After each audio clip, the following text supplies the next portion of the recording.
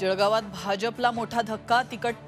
Ticket कापलेले विद्यमान खासदार उन्मेष पाटील उद्या शिवबंधन बांधणार, तर उद्धव ठाकरेंच्या उपस्थितीत पक्षप्रवेश।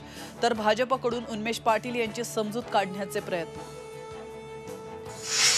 रत्नागिरी सिंधुदुर्गात नारायण राणेंची उमेदवारी निश्चित असल्याची सूत्रांची माहिती। सोशल मीडियावर झळकले राणेंचे बॅनर्स। किरण सामंतांचा पत्ता कट झाल्याची चर्चा। नाशिकमध्ये भुजबळांच्या नावाच्या चर्चेमुळे हेमंत गोडसे आक्रमक। मुख्यमंत्र्यांना आज भेटणार, तर उमेदवारी कायम ठेवण्यासाठी हेमंत पाटीलही शिंदेंशी करणार चर्चा। कोणालाही मत दिलं तरी भाजपलाच मतदान। ईव्हीएम वरून संजय राऊतांचा भाजपवर गंभीर आरोप। ईव्हीएम हटी दुर्घटना घटी, राऊतांचा टोला। मीरा भाईंदर रहिवाशांकडून लगान वसुली, तर खासगी भूमाफिया कंपनींकडून नागरिकांची लूट। स्वतंत्र भारतातील ईस्ट इंडिया कंपनीचा कारनामा सांगणारा डीएनए रिपोर्ट झी 24 तासवर।